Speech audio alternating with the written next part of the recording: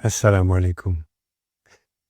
Mon nom est Abdus Samad, mais vous pouvez m'appeler John. Aujourd'hui, j'aimerais vous parler de la lutte. La lutte est essentielle. Ce n'est pas un défaut de notre nature. C'est une partie de notre nature. Les êtres humains ont besoin de lutter. Nous savons qu'Allah nous a créés pour l'adorer. C'est le but de l'être humain. Et donc le véritable chemin vers le bonheur. De la même manière que les animaux trouvent le contentement lorsqu'ils vivent selon leur nature. Nous trouvons le contentement lorsque nous vivons selon la nôtre. Les oiseaux sont en paix lorsqu'ils peuvent voler. Ils souffrent lorsqu'ils sont enfermés dans des cages. Les chiens s'épanouissent lorsqu'ils peuvent garder. Chaque créature trouve de la joie en accomplissant ce pourquoi elle a été créée. Nous avons été créés pour l'adoration. Lorsque nous nous y engageons sincèrement, quelque chose en nous répond avec une douceur indéniable. C'est un signe intérieur que nous avançons dans la direction pour laquelle nous avons été faits. Même le corps humain révèle cette vérité. Le corps a besoin de mouvement. Un corps sédentaire s'affaiblit et ce déclin atteint aussi l'esprit. Quand nous commençons à faire de l'exercice, nous nous sentons mieux physiquement et mentalement. Encore une fois, la création nous indique ce qui est bon pour nous.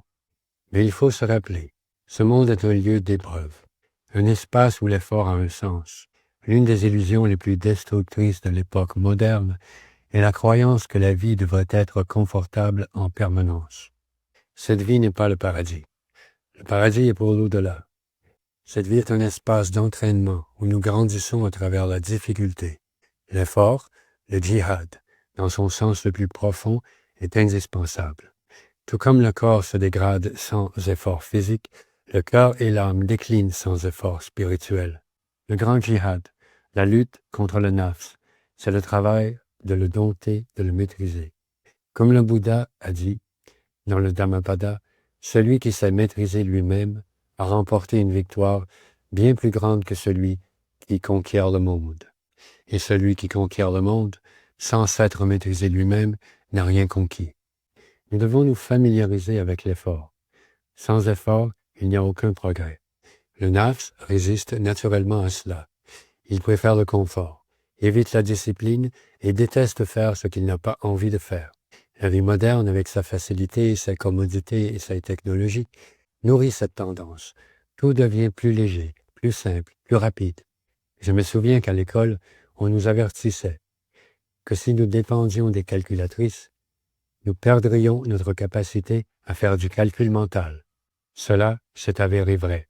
Combien d'entre nous calculent encore à la main? J'ai visité un jour une boutique d'antiquités remplie d'outils du temps de nos grands-parents. Tout était lourd, solide, exigeant. Par exemple, une bouilloire en fer, même vide, semblait très lourde. La vie quotidienne elle-même demandait de la force. Ils n'avaient pas besoin d'aller au gym. La vie était leur entraînement. S'ils voulaient de la chaleur, ils devaient ramasser du bois, le couper, le porter et l'allumer. Beaucoup de gens vivent encore ainsi aujourd'hui. Ils ont tendance à être plus en bonne santé, plus forts et à vivre plus longtemps. À Okinawa, certaines femmes de plus de 80 ans coupent encore leur propre bois. Leur mode de vie maintient leur corps et leur esprit solides. Et cela les protège même de la démence. Écrire au crayon demande plus d'efforts que de taper sur un clavier. Et des études montrent que nous retenons mieux lorsque nous écrivons à la main. Bientôt, beaucoup de gens ne taperont même plus. Ils dicteront, et l'appareil fera le reste. Autrefois, je devais traverser la pièce, sortir un dictionnaire lourd et chercher un mot. Aujourd'hui, cela prend quelques secondes avec mon téléphone. Nous perdons notre capacité d'effort, et cette perte est dangereuse. Même notre patience disparaît. Quand j'étais adolescent, si un livre n'était pas disponible localement, je devais le commander et attendre des semaines. Aujourd'hui, si un colis n'arrive pas le lendemain, nous nous plaignons. Cette patience qui rétrécit est un désastre spirituel. Nous devons redécouvrir la joie de l'effort, car il y a une joie dans l'effort. Les neurosciences le confirment.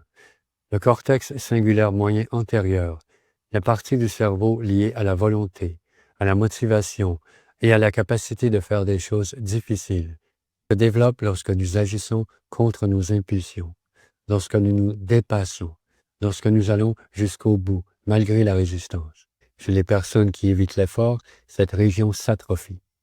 Ceux qui ont un cortex singulaire moyen antérieur plus fort ont tendance à être plus heureux, moins déprimés et à vivre plus longtemps.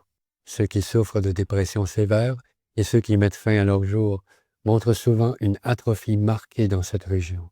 C'est un signe inscrit dans notre biologie même. Nous sommes faits pour lutter. L'effort est sain. Sur le chemin spirituel, la nature de cet effort devient plus claire. Tu es le cavalier. Ton ego est le cheval. Si tu n'entraînes pas le cheval, il te traînera partout où il en a envie. La plupart des gens ne réalisent même pas ce fait, que le cheval est votre monture et que vous devez le contrôler. Mais le chercheur sait qu'il est le cavalier responsable des rênes. Le jeûne de Ramadan entraîne cela. Le nafs veut manger dès que la faim apparaît. Le cavalier dit « pas maintenant ». Le nafs veut dormir à l'heure du fajr. Le cavalier dit « lève-toi ». Avec un entraînement régulier, le cheval devient obéissant. Et avec le temps, il peut même se soumettre complètement. Et cela demande des années d'efforts répétés. La même chose s'applique dans la vie quotidienne. Quand la colère surgit et que tu la retiens parce que la situation exige la patience, c'est une lutte. C'est seulement par cette lutte que la maîtrise se développe. Même en méditation silencieuse, la dynamique est la même. L'esprit veut dériver dans une histoire à propos du passé ou du futur. Le méditant dit « non, nous restons avec le souffle ». L'esprit s'égare, nous revenons. Ce retour, c'est le djihad de la méditation. Sans cela, il n'y a pas de pratique, pas d'entraînement, pas de liberté, pas de progrès.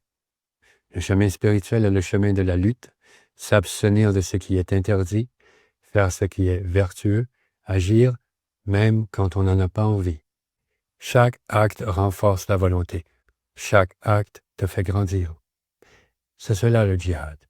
Comme un athlète à l'entraînement, qui sait que chaque effort est un investissement vers son but. Le chercheur doit le savoir aussi. Chaque effort, chaque moment de djihad sincère est un investissement dans une liberté future. La liberté vis-à-vis du moi intérieur, la liberté vis-à-vis de la compulsion, un approfondissement du bonheur, de la clarté et finalement de la paix.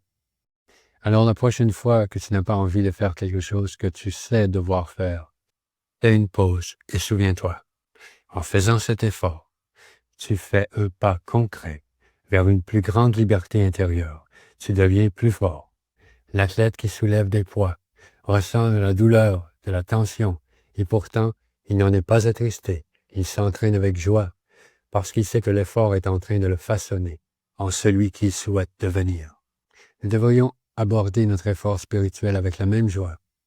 Chaque lutte, chaque acte de retenue, chaque moment de discipline sincère est un pas de plus vers Allah. Chaque effort spirituel a un seul but ultime, la proximité avec lui. Et quand tu te rappelles cela, même la lutte devient douce. Et il est important de rendre ce djihad joyeux, de nous entraîner à aimer l'effort, à aimer faire ce que le nafs refuse. Chaque fois que nous sommes confrontés à la nécessité de fournir un effort, se lever tôt, retenir sa colère, prier quand on est fatigué, s'asseoir en silence quand l'esprit veut s'échapper, souviens-toi de te réjouir. Nous ne sommes pas punis, nous sommes renforcés. Entraîne ton esprit à associer l'effort à la joie. Entraîne ton cœur à se réjouir dans la discipline, à reconnaître l'effort comme une porte qui s'ouvre en toi vers Allah, vers la liberté, vers un soi plus clair, plus léger. Quand l'effort devient joyeux, le chemin devient plus facile. Et chaque lutte nous rapproche de notre Créateur. Assalamu alaikum.